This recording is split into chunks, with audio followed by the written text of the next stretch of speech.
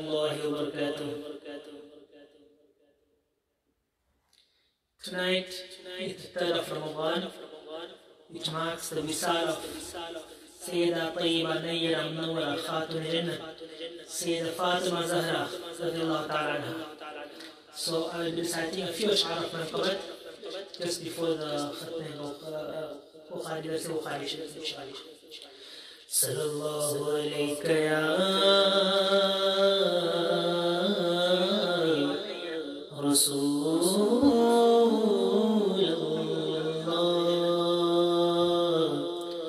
وسلم عليك يا حبيب الله.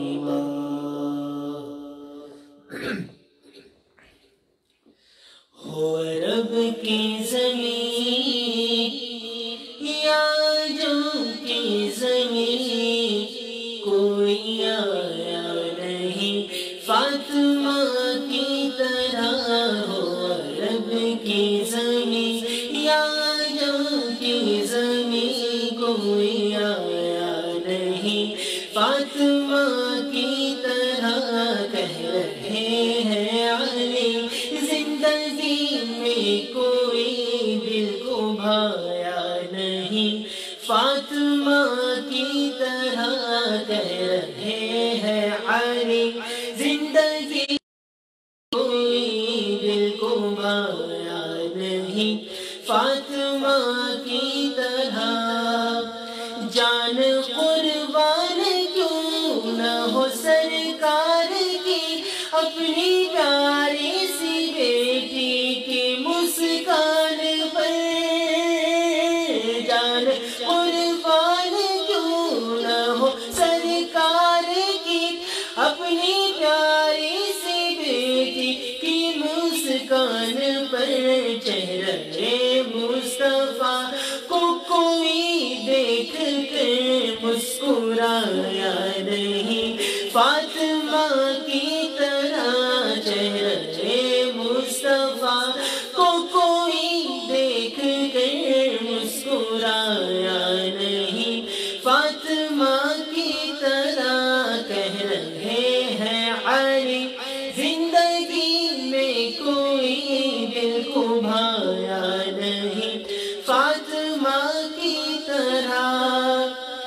سیدہ طاہرہ اور زہرا بطول کتنے دلکش تمہارے یہ القاب ہیں. آبرو کی بلندی کا یہ مرتبہ کس نے پایا نہیں فاطمہ کی طرح. آبرو کی بلندی کا یہ مرتبہ کس نے پایا نہیں فاطمہ کی طرح. کہہ رہے ہیں علی زندگی میں کوئی دل کو بھایا نہیں فاطمہ کی طرح. جان قربان کی اپنی اولاد کی حق ادا کر دیا دین اسلام کا. جان قربان کی اپنی اولاد کی حق ادا کر دیا دین اسلام کا. کربلا میں فراز پھر کسی نے کبھی گھر لٹایا نہیں فاطمہ کی طرح. کربلا میں فراز پھر کسی نے کوئی گھر لٹایا نہیں فاطمہ کی طرح. ہو رب کی زمین یا جو کی زمین کوئی آیا نہیں فاطمہ کی طرح. ان کی پاکی کا خدائے پاک کرتا ہے بیان. ان کی پاکی کا خدائے پاک کرتا ہے بیان. آیا تطہیر سے ظاہر ہے شان اہل بیت آئے تطہیر سے، ظاہر ہے شان اہل بیت، ان کے گھر میں بے اجازت جبرائیل آتے نہیں، قدر والے جانتے ہیں قدر و شان اہل بیت، تم کو مزدار نار کا اے دشمنان اہل بیت۔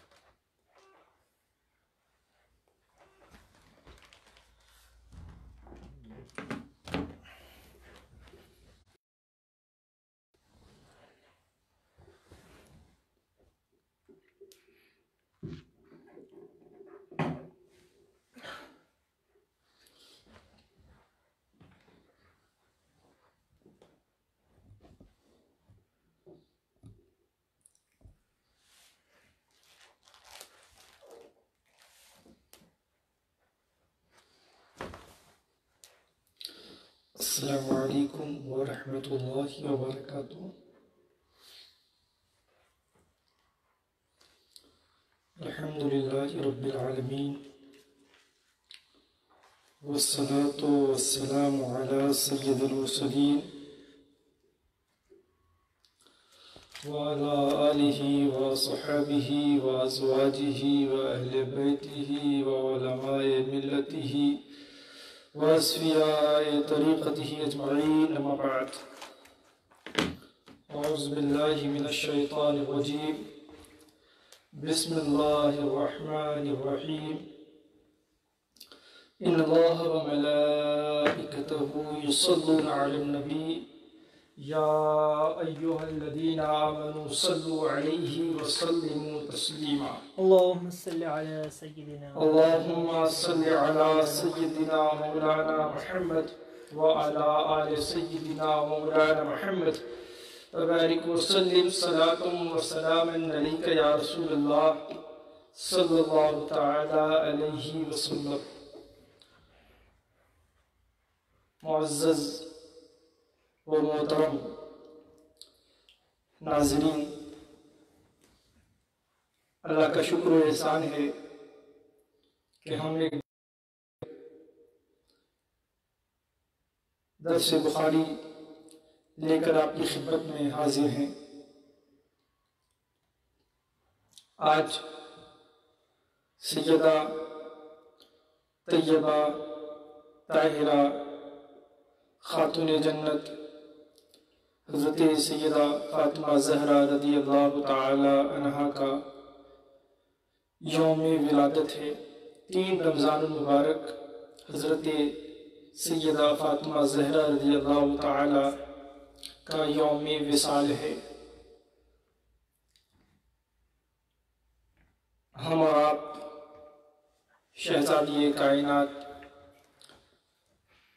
رسول محترم نبی محتشم صلی اللہ علیہ وسلم کی عظیم الشان شہزادی حسنین کریمین طیبین طاہرین نیرین منیرین کی والدہ ماجدہ مولائے کائنات شیر خدا کی اہلیہ محترمہ کا آج یوم وصال ہے۔ ہم ان کی بارگاہ میں خراج عقیدت پیش کریں، کم سے کم بلکہ قرآن پاک کی تلاوت کر کے سورہ اخلاص 3 مرتبہ سورہ اخلاص پڑھ کر آپ خاتون جنت کی بارگاہ میں اصحال ثواب کر کے اپنی غلامی کا خراج ضرور پیش کریں۔ بہرحال آج درس بخاری کا تیسرا دن ہے۔ گزشتہ 2 دنوں میں پہلا عنوان تھا سیدنا کے احوال اور ان کی حیات و خدمات، اور دوسرے دن ہم نے حدیث کی تدوین کے حوالے سے اور بخاری شریف کی عظمت و شان کے حوالے سے کچھ باتیں عرض کی تھی۔ آج ہم باضابطہ بخاری شریف کی پہلی حدیث بخاری یعنی بخاری شریف میں امام بخاری رحمۃ اللہ علیہ نے جو پہلی حدیث درج کی ہے، ہم اس حدیث پر آج کچھ عرض کرنے کی کوشش کریں گے۔ ایک بات ذہن میں رکھیں کہ حدیث جو متن حدیث ہے اس سے پہلے محدثین سند بیان کرتے ہیں۔ سند کا معنی ہے رجال کی وہ فہرست جو ہمیں حدیث کے متن تک پہنچا دے، یعنی چین آف حدیث کو سند کہتے ہیں۔ میں نے فلاں سے سنا، فلاں نے فلاں سے سنا، فلاں نے فلاں سے سنا، اور یہ سلسلہ رسالت مآب صلی اللہ تعالی علیہ وسلم تک دراز ہوتا ہے، اس کو بنیادی طور پر سند کہتے ہیں۔ بہرحال تو امام بخاری اس کی سند ذکر کرتے ہیں، فرماتے ہیں کہ حدثنا یحییٰ بن سعید الانصاری حدثنا الحمیدی قال حدثنا سفیان قال حدثنا يحيى بن سعيد الأنصاري قال أخبرني محمد بن إبراهيم أنه سمع علقمة بن وقاص يقول سمعت عمر بن الخطاب رضي الله تعالى عنه على المنبر۔ حضرت امام بخاری فرماتے ہیں کہ ہم سے حدیث بیان کی حمیدی نے، امام بخاری کے یہ استاذ ہیں، وہ کہتے ہیں کہ ہم سے حدیث بیان کی سلیمان ابن عیینہ ہیں، وہ کہتے ہیں کہ ہم سے حدیث بیان کی یحییٰ ابن سعید الانصاری نے، اور وہ کہتے ہیں کہ مجھے خبر دی محمد ابن ابراہیم نے، اور محمد ابن ابراہیم کہ کہتے ہیں کہ انہوں نے سنا علقمہ ابن وقاص سے، اور علقمہ ابن عباس کہتے ہیں، علقمہ ابن وقاص کہتے ہیں کہ میں نے سنا خلیفہ دوم عمر بن خطاب رضی اللہ تعالی عنہ سے، جبکہ وہ ممبر پر خطبہ دے رہے تھے۔ یہ چین آف حدیث ہے، امام بخاری نے فلاں سے سنا، انہوں نے فلاں سے سنا، انہوں نے فلاں سے سنا، اس کو چین آف حدیث کہتے ہیں حدیث کی اصطلاح میں۔ یہ پہلی حدیث ہے جس کی سند آپ نے سماعت کی۔ یہ سند جو ہے اس میں سب سے پہلے جو نام آیا ہے حمیدی کا، یہ بڑے جلیل القدر محدث ہیں، ظاہر ہے کہ امام بخاری کے استاذ ہیں اور بڑے جلیل القدر محدث ہیں۔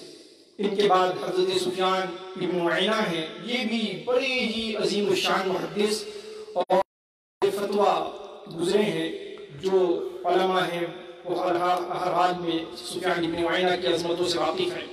اور ان کے بعد یحییٰ ابن سعید ہیں، یہ بھی بڑے جلیل القدر محدث ہیں۔ ان کے بعد محمد ابن ابراہیم ہیں، یہ محدث بھی ہیں، تابعی بھی ہیں۔ یحییٰ ابن سعید بھی محدث اور تابعی ہیں۔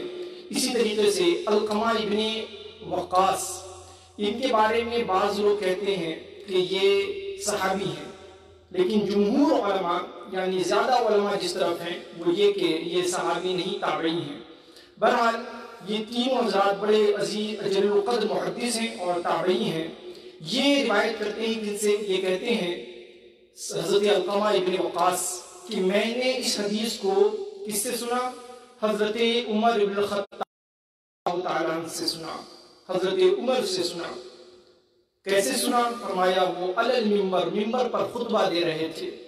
حضرت عمر ممبر پہ خطبہ دے رہے تھے، اس وقت ہم نے یہ حدیث سنی۔ حضرت عمر اس حدیث کے راوی ہیں، اور حضرت عمر کے بارے میں ہم آپ سارے لوگ بخوبی جانتے ہیں کہ حضرت عمر کا مقام اور مرتبہ کیا ہے۔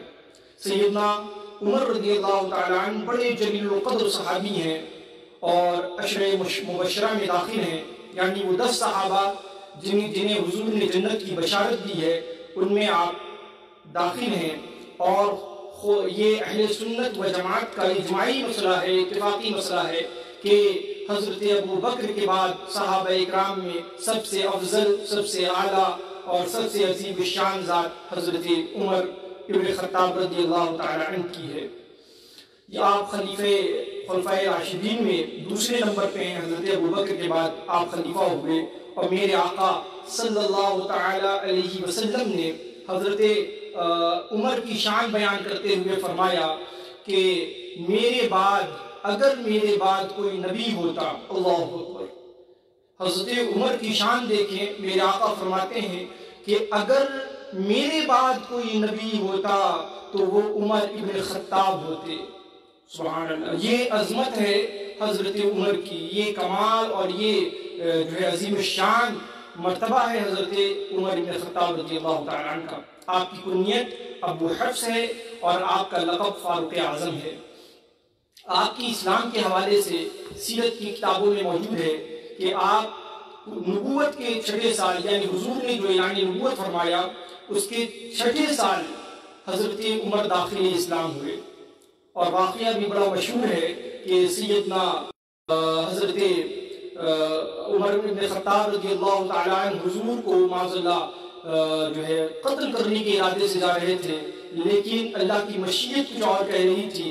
جب در اقدس پر پہنچے ہیں تو وہ جو غصہ تھا وہ غصہ ختم ہو چکا تھا۔ تفصیلی واقعات ہیں، شارٹلی یہ کہ وہ غصہ ختم ہو چکا تھا، اور حضور کی بارگاہ جب وہ پہنچے ہیں اور میرے نبی صلی اللہ تعالی علیہ وسلم نے عمر بن خطاب کے کندھے پر ہاتھ رکھ کے کہا عمر کب تو اسلام لائے گا، اس وقت عمر نے کلمہ پڑھ لیا، یا رسول اللہ آپ گواہ ہو جائیں اشہد ان لا الہ الا اللہ و اشہد ان محمد رسول اللہ، میں گواہی دیتا ہوں کہ اللہ کے سوا کوئی معبود نہیں ہے اور آپ اللہ کے رسول ہیں۔ حضرت عمر 6 سال نبوت کے حضرت عمر داخل اسلام ہوئے، اور پھر اسلام کے حوالے سے ان کی جو خدمات ہیں وہ محتاج تعارف نہیں ہے۔ پوری دنیا حضرت عمر کے دینی خدمات کے حوالے سے اور حضرت عمر کے عشق رسول کے حوالے سے بخوبی واقف ہے۔ بہرحال یہ حضرت عمر کا انتقال، حضرت عمر کا وصال 1 محرم الحرام میں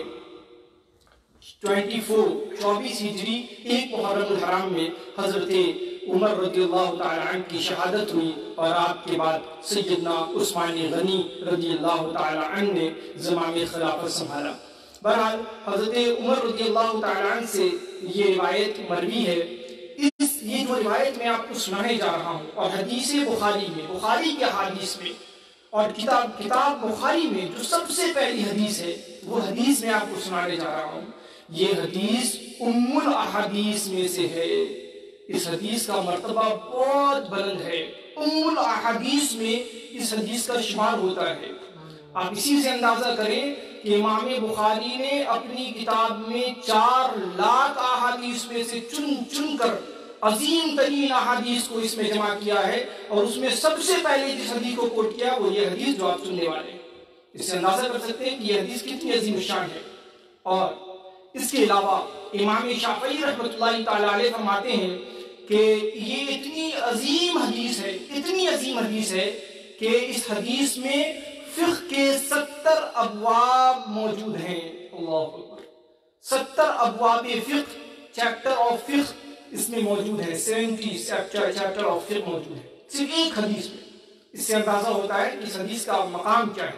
حضرت امام احمد بن حنبل رضی اللہ تعالیٰ عنہ فرماتے ہیں کہ اصول اسلام کے اصول یہ 3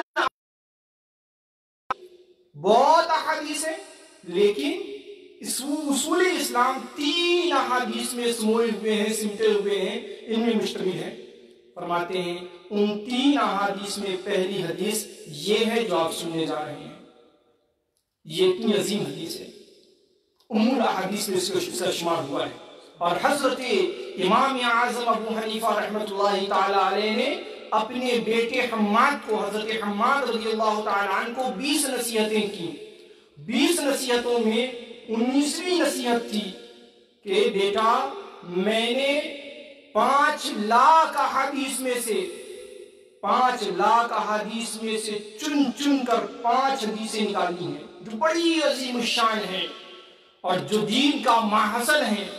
وہ 5 احادیثیں چن کر 5 لاکھ حدیثوں میں سے ہم نے نکالا ہے، اور ان 5 حدیثوں میں ایک حدیث یہ حدیث ہے جو آپ سننے جا رہے ہیں۔ یہ عظمت ہے اس حدیث پاک کی، اور بڑے علماء اور محدثین نے اس کی بڑی فضیلت بیان کی ہے۔ بہرحال وہ حدیث ہے کیا؟ اب ظاہر ہے کہ اشتیاق پیدا ہوتا ہے، وہ حدیث ہے کیا کہ جس کی اتنی عظمت ہے؟ بخاری، امام بخاری نے اور ان کے علاوہ بہت سارے محدثین نے اپنی کتاب کا آغاز اسی حدیث سے کیا ہے۔ تو وہ حدیث ہے کیا؟ تو سنیں، حضرت علقمہ ابن وقاص کہتے ہیں کہ میں نے عمر بن خطاب رضی اللہ تعالی عنہ کو منبر پہ خطبہ دیتے ہوئے سنا۔ قال، انہوں نے فرمایا، کیا فرمایا؟ فرمایا سمعت رسول اللہ صلی اللہ تعالی علیہ وسلم یقول، کیا فرمایا کہ میں نے رسول اکرم صلی اللہ تعالی علیہ وسلم کو سنا، حضور فرما رہے تھے انما الاعمال بالنیات۔ سبحان اللہ، یہ حدیث ہے حدیث میں شمار کیا جاتا ہے، اور محدثین نے، اکابرین امت نے جس کی اتنی فضیلت بیان کی ہے وہ حدیث یہ ہے، انما الاعمال بالنیات۔ حضور نے فرمایا اعمال کا دار و مدار نیت پر ہے، اعمال کا دار و مدار، اعمال کی بنیاد نیتوں پر ہے۔ نیت صالح ہوگی تو پھر اس نیت صالح کے ساتھ جو عمل کیا جائے گا وہ عمل صالح ہوگا، اور اگر نیت گندی ہوگی، نیت غلط ہوگی، تو پھر عمل صالح کا بھی ثواب میسر نہیں آئے گا۔ اور پھر آگے حدیث پاک میں فرمایا وَإِنَّمَا لِكُلِّ امْرِئٍ مَا نَوَىٰ، ہر شخص کے لیے وہی ہے جس کی اس نے نیت کی ہے، ہر شخص کے لیے وہی ثمرہ عمل ہے، وہی عمل کا فائدہ ہے جس کی اس نے نیت کی ہے۔ نیت جیسی ہوگی ثمرات عمل ویسے ہی ملیں گے، عمل کے ثمرات بھی ویسے ہی ہوں گے۔ نیت اچھی ہوگی تو عمل کا جو ثمرہ ہوگا وہ بھی اچھا ہوگا، اگر نیت بیڈ ہوگی اور بری ہوگی تو عمل کا ثمرہ بھی اچھا اور میٹھا نہیں ہوگا۔ اور پھر آگے حدیث پاک میں ہے فَمَنْ كَانَتْ هِجْرَتُهُ إِلَى دُنْيَا يُصِيبُهَا أَوْ إِلَى امْرَأَةٍ يَنْكِحُهَا فَهِجْرَتُهُ إِلَى مَا هَاجَرَ إِلَيْهِ، فرمایا کہ جو فَمَنْ كَانَ هِجْرَتُهُ إِلَى دُنْيَا، کہ جو ہجرت کرے کس کی طرف؟ دنیا کمانے کی طرف، جو ہجرت کرے دنیا کمانے کی طرف، ٹھیک ہے۔ اور آپ فرمایا او الی امرأۃ، یا ہجرت کرے عورت کی طرف، کیوں؟ ینکحها، تاکہ وہ اس سے نکاح کر لے۔ دنیا کمانے کے لیے ہجرت کرے یا کسی عورت کی بھی ہجرت کرے؟ حضور نے فرمایا فَهِجْرَتُهُ إِلَى مَا هَاجَرَ إِلَيْهِ، تو اس کی ہجرت اسی کی طرف ہے جس کا اس نے ارادہ کیا ہے۔ اگر دنیا کمانے کی طرف ہجرت کی ہے تو اس کے لیے وہی، اس کے عمل، اس کے نامہ عمل میں وہی لکھا جائے گا۔ اگر کسی عورت سے شادی کرنے کے لیے اس نے ہجرت کی ہے تو اس کے نامہ عمل میں وہی لکھا جائے گا۔ یہ حدیث پاک آپ نے سن لی، یہ اس کا ترجمہ تھا۔ عمل کا دار و مدار نیتوں پر ہے، ہر شخص کے لیے وہی ہے جس کی اس نے نیت کی ہے۔ اگر کسی نے ہجرت کی دنیا کمانے کے لیے یا ہجرت کی کسی عورت سے شادی کرنے کے لیے تو اس کے نامہ اعمال میں وہی لکھا جائے گا، ٹھیک ہے۔ اب آپ دیکھیں کہ حضور اکرم صلی اللہ تعالی علیہ وسلم کی اس حدیث کا بیک گراؤنڈ کیا ہے، پس منظر کیا ہے، حضور نے کس موقع پر یا کس سلسلے میں یہ ارشاد فرمایا؟ تو محدثین نے فرمایا ہے کہ حضور اکرم صلی اللہ تعالی علیہ وسلم کے زمانے میں جب لوگ ہجرت کرنے لگے تو مکہ المکرمہ میں ایک شخص تھے جو ایک عورت سے شادی کرنا چاہتے تھے۔ ام قیس ان کا نام تھا، صحابیہ تھیں، داخل اسلام ہو چکی تھیں۔ حضرت ام قیس سے وہ شادی کرنا چاہتے تھے، تو حضرت ام قیس نے کہا ہم تو ہجرت کر رہے ہیں، اگر تم ہجرت کر کے آؤ اور داخل اسلام ہو جاؤ تو ہم شادی کے لیے تیار ہیں۔ چنانچہ انہوں نے ہجرت کی اور داخل اسلام ہو کر ہجرت کی اور پھر جو ہے ان کی شادی ہجرت کے بعد ان سے ام قیس سے کر دی گئی. اسی لیے کہا جاتا ہے کہ ان صحابی کو مہاجر ام قیس جنہوں نے شادی کے لیے ہجرت کی تھی ان کو مہاجر ام قیس کہا جاتا ہے. تو یہ بیک گراؤنڈ ہے، یہ پس منظر ہے اس حدیث پاک کا. کہا جاتا ہے اسی بنیاد پر میرے آقا صلی اللہ تعالی علیہ وسلم نے تنبیہ کے لیے یہ فرمایا کہ بندہ ہجرت کرے نا اللہ کے نام پر تو اللہ کے لیے کرے، اللہ کی رضا کے لیے کرے، کسی دنیاوی خواہشات کے لیے نہیں یا کسی عورت سے شادی کرنے کے لیے نہیں. اس کی نیت خالص ہونی چاہیے، اس کی نیت صالح ہونی چاہیے. نیت کا صالح ہونا یہ بہت ضروری ہے. حدیث پاک واضح طور پر آپ سے مطالبہ کر رہی ہے کہ کسی بھی عمل میں نیت کا بہت بڑا رول ہے. اگر نیت اچھی ہے تو وہ عمل آپ کریں گے تو اس پر ثواب ملے گا. اگر کسی کام میں آپ نے کوئی دینی کام کیا اور اس سے آپ کا مقصد رضائے الہی ہے، سبحان اللہ، یہ تو بہت فضیلت ہے، یہ مقصود بندگی ہے. اگر کسی نے کوئی کام کیا اور نیت دل میں تھی کہ مجھے اللہ تعالیٰ اس کے نتیجے میں جنت عطا فرما دے گا، سبحان اللہ، یہ بھی اچھی نیت ہے. لیکن اگر کوئی نیت بری ہے، نیت اگر بیڈ ہو تو پھر اس عمل سے فائدہ ہونے کا نہیں ہے، بلکہ جیسی نیت ہوگی ویسا معاملہ ہوگا. اگر نیت ناجائز تھی اور نیت برے معاملے تو پھر اس عمل سے کبھی فائدہ نہیں ہوگا، بلکہ وہ نیت کا معاملہ آئے گا. نیت جیسی تھی بری تھی تو وہ معاملہ ناجائزی کہا جائے گا اور اس کے حق میں برا ہی فیصلہ ہوگا. اس لیے بندے خدا کو اپنے ہر عمل کے وقت اپنا محاسبہ کرتے رہنا چاہیے. حدیث اس کا مطالبہ کر رہی ہے.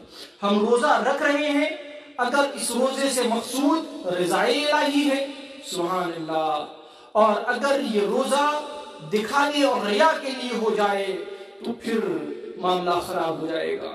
نماز ہم پڑھتے ہیں اگر اللہ کی رضا ہے، اللہ کی رضا کے لیے ہے، صدقہ ہم کرتے ہیں اللہ کی رضا کے لیے ہے، حج ہم کرتے ہیں اللہ کی رضا کے لیے ہے، تو سبحان اللہ، بے شک سبحان اللہ، اس کے نتائج اچھے ہیں، اس کا پھل میٹھا ہے، ثواب پر ثواب ہے. لیکن اگر دکھانے کے لیے ہیں، ریا کے لیے ہیں، خود کو عابد کہلانے کے لیے ہیں، تو پھر اس کا ثمرہ اچھا نہیں ہوگا. کیوں؟ انما الاعمال بالنیات. بہرحال یہ تو عمل کا حکم ہے نا کہ اعمال کا دار و مدار نیتوں پر موقوف ہے. لیکن ذہن میں ایک کوشچن آئے گا کہ نیت کا دار و مدار کس پر ہے؟ اعمال کا دار و مدار نیت پر ہے کہ عمل کرے گا بندہ، نیت اچھی ہوگی تو عمل اچھا کہلائے گا، نیت اچھی نہیں ہوگی تو پھر معاملہ اچھا نہیں ہوگا اور اس کے لیے ثواب وغیرہ کا مستحق نہیں ہوگا. لیکن نیت کا کیا معاملہ ہے، نیت کا کیا حکم ہے؟ حضور فرماتے ہیں، حضور نے فرمایا کہ نیت کا معاملہ بڑا پیارا ہے. بندہ اگر نیت کرے گناہ کی تو اس پر اللہ تبارک و تعالی اس کے کھاتے میں اللہ تبارک و تعالی اس کے لیے گناہ نہیں لکھتا. سبحان اللہ. کوئی بندہ نیت کر لے تو صرف نیت کرنے پر گناہ نہیں لکھا جاتا. یہ حدیث پاک ہے. جب تک کہ وہ گناہ کر نہ لے، اور نیت کرنے والا اگر اچھائی کی نیت کر لے تو اس کی اس نیت پر ہی اللہ تبارک و تعالیٰ اسے ایک نیکی عطا فرما دیتا ہے. اور اگر اس نیک عمل کو کر بھی لے نیت کے بعد تو پھر اللہ تبارک و تعالیٰ 10 سے 700 گنا تک اللہ تبارک و تعالیٰ اسے ثواب عطا فرماتا ہے. حدیث پاک ہے. اللہ کے رسول صلی اللہ تعالی علیہ وسلم نے فرمایا، بخاری شریف کی حدیث ہے، اذا اراد عبدی ان یعمل سیئۃ، کہ جب میرا بندہ ارادہ کرتا ہے کسی برے کام کو عمل میں لانے کا، برا کام کرنے کا، سیئہ کرنے کا، گناہ کرنے کا، فلا تکتبوها علیہ. سبحان اللہ. کیا رحمان عزیز اللہ تبارک و تعالی رحمان ہے، رحیم ہے.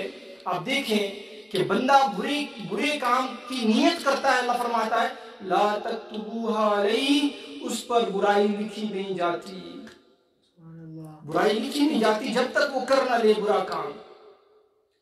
اور آگے اللہ تبارک و تعالیٰ نے ارشاد فرمایا، میرے آقا صلی اللہ علیہ وسلم فرماتے ہیں کہ اگر کوئی بندہ وَإِذَا أَرَادَ أَن يَعْمَلَ حَسَنَةً فَلَمْ يَعْمَلْهَا، اور جب بندہ کوئی نیک کام کرنے کا ارادہ کرتا ہے اور ابھی کرتا نہیں ہے، صرف ارادہ کرتا ہے، نیت کرتا ہے اور وہ عمل میں لاتا نہیں ہے، فَاكْتُبُوهَا لَهُ حَسَنَةً، تو اللہ تبارک و تعالیٰ اس کے لیے ایک نیکی لکھ دیتا ہے۔ سبحان اللہ۔ معلوم یہ ہوا کہ نیت اتنی عظیم ہے کہ بندہ اگر خالی نیت کر لے تو فرق یہ ہے کہ نیت کرنے سے اگر گناہ کی نیت کیا ہے تو اسے گناہ نہیں ملتا جب تک وہ گناہ لکھا نہیں جاتا، جب تک وہ کر نہ لے، لیکن اگر اچھائی کی نیت کرتا ہے، اللہ رحمان ہے، وہ اللہ اپنے بندوں کو نوازتا ہے، اچھائی کی نیت کیا اس کے کھاتے میں ایک نیکی لکھ دی جاتی ہے۔ سبحان اللہ، یہ ہے۔ اور اگر وہ اچھا عمل کر بھی لے تو پھر اللہ تبارک و تعالیٰ اس کے لیے 10 نیکیاں لکھ دیتا ہے۔ سبحان اللہ، یہ جو ہے یہ عظمت ہے۔ بندہ اگر اچھائی کی نیت کر لیتا ہے تو اللہ تبارک و تعالیٰ نوازتا ہے۔ حضرت بدر کے مقام پر، غزوہ تبوک کے موقع پر کچھ صحابہ جو شامل نہ ہو سکے لیکن ان کی نیت خالص تھی، تو اللہ کے رسول صلی اللہ علیہ وسلم نے انہیں بھی ثواب کی بشارت سنائی۔ صحابہ نے عرض کیا، یا رسول اللہ یہ تو شامل نہیں ہوئے غزوہ تبوک کے موقع پر، یہ تو ہمارے ساتھ نہیں آئے، پھر انہیں ثواب کیسا؟ تو میرے آقا صلی اللہ علیہ وسلم نے فرمایا، ان کی نیت کا ثواب ہے، انہوں نے نیت اخلاص کے ساتھ کیا تھا، اللہ کی رضا کے لیے کیا تھا۔ جو اور باتیں یہ حاصل نہ ہو سکے لیکن ان کی نیت کی برکت سے اللہ تبارک و تعالیٰ نے ان کے لیے ثواب مرحمت فرمایا ہے۔ تو بندہ اگر اچھی نیت کر لے تو اللہ تبارک و تعالیٰ اسے ثواب عطا فرماتا ہے۔ اس حدیث کو آپ نے سن لیا، یہ حدیث ہم سے مطالبہ کر رہی ہے اور ہم سے اس بات کا ڈیمانڈ کر رہی ہے کہ ہم اپنے عمل کو خالص کریں، اللہ اور اللہ کے رسول کے لیے کریں۔ حدیث پاک پر میں عرض ختم کروں، اللہ کے رسول صلی اللہ تعالی علیہ وسلم نے فرمایا کہ نیت مومن کی نیت خیر من عملہ، سبحان اللہ، فرمایا مومن کی نیت یہ اس کے عمل سے بہتر ہے، مومن کی نیت اس کے عمل سے بہتر ہے۔ کیوں؟ اس لیے کہ نیت میں کوئی شک نہیں ہے، بندہ اچھی نیت کر لے فوراً اسے ثواب مل جاتا ہے۔ عمل میں تو یہ ہے کہ عمل کرے گا تب ثواب ملے گا، لیکن نیت کا معاملہ یہ ہے بندہ نیت کرتا ہے اللہ کی رحمت اس کی طرف متوجہ ہو جاتی ہے۔ اس لیے ضرورت اس بات کی ہے کہ ہم اچھی نیتیں کر لیں۔ اگر اب تک گناہ کر رہے ہیں ان گناہوں سے توبہ کریں اور نیک نیت کر لیں، گناہوں سے توبہ کر کے اچھی نیت کی طرف آئیں، انشاءاللہ تبارک و تعالیٰ اسی وقت سے اللہ تبارک و تعالیٰ ہمارے نامہ اعمال میں نیکیاں لکھ دے گا۔ اللہ تبارک و تعالیٰ نے یہ فرمایا ہے، ہم سے مطالبہ ہے کہ ہم اپنے دین کو خالص کریں، اپنے اعمال کو اللہ کے لیے کریں۔ حدیث پاک ہے کہ حضرت سرکار دو عالم صلی اللہ علیہ وسلم نے فرمایا مسلم شریف میں، اور سیدنا امام غزالی رحمۃ اللہ تعالی علیہ نے اس حدیث کو نوٹ کیا ہے، فرماتے ہیں کہ کل قیامت کے روز 3 شخص رب کے حضور حاضر ہوں گے، ایک عالم ہوگا، ایک سخی ہوگا اور ایک شہید ہوگا۔ یہ تینوں سوسائٹی میں بڑے عظیم سمجھے جاتے ہیں، بڑے اعلیٰ سمجھے جاتے ہیں، اس لیے حدیث پاک میں ان تینوں کا ذکر کیا گیا۔ یہ تینوں آئیں گے، رب پوچھے گا عالم سے بتا تو کیا لے کر آیا ہے؟ عالم عرض کرے گا پروردگار عالم میں نے قرآن سیکھا، حدیث سیکھا، قرآن پڑھایا، سیکھنے کے بعد قرآن کی تعلیم دیا، حدیث کی تعلیم دیا، بڑے میں نے قرآن و حدیث کی بڑی میں نے تعلیم دی ہے، لوگوں کو عالم اور فاضل بنایا ہے، میں نے یہ کیا اور وہ کیا۔ پروردگار عالم فرمائے گا ہاں تو نے یہ سب کچھ کیا ہے، لیکن دین اللہ کی رضا کے لیے نہیں، تو نے یہ سب کچھ کیا ہے کس لیے کیا؟ اس لیے کہ تجھے عالم کہا جائے۔ اسی طریقے سے اس سے کہا جائے گا کہ تو عالم بننے کے لیے، ریا کے لیے، دکھانے کے لیے تو پڑھایا کرتا تھا، حدیث کا درس دیا کرتا تھا، قرآن کی تعلیم دیا کرتا تھا، اس لیے آج تجھے یہاں کچھ کام نہیں آنے والا، دنیا میں تجھے عالم کہہ دیا گیا ہے، اب تجھے یہاں کوئی کچھ نہیں کہنے والا، جاؤ فرشتوں اسے جہنم میں پھینک دو۔ اب سخی آئے گا، سخی عرض کرے گا بار الہ میں نے تیرے دین کی سربلندی کے لیے اپنے مال کو خرچ کر دیا، میں نے مدارس بنائے، یتیم خانے بنائے، یہ بنایا، وہ بنایا، دس دیٹ، ساری باتیں بیان کرے گا۔ اللہ فرمائے گا ہاں تو نے یہ سب کچھ کیا ہے، لیکن اس لیے کیا ہے تاکہ دنیا والے تجھے سخی کہیں، تجھے دنیا والوں نے سخی کہہ دیا ہے، اب تیرے لیے یہاں کچھ بھی نہیں ہے، اسے بھی جہنم میں پھینک دیا جائے گا۔ آنے والا شہید آئے گا، عرض کرے گا بار الہ میں نے تیری دین کی سربلندی کے لیے اپنی جان تیری راہ میں قربان کر دی۔ پروردگار فرمائے گا ہاں تو نے جان قربان کی ہے، لیکن اپنے اس لیے کی ہے تاکہ دنیا والے تجھے شہید اعظم کہیں، دنیا میں تیرا رتبہ اور مرتبہ ہو۔ سن، دنیا میں تجھے شہید کہہ دیا گیا ہے، اب تجھے یہاں کچھ نہیں ملنے والا، فرشتوں اسے بھی جہنم میں پھینک دو۔ اللہ اکبر۔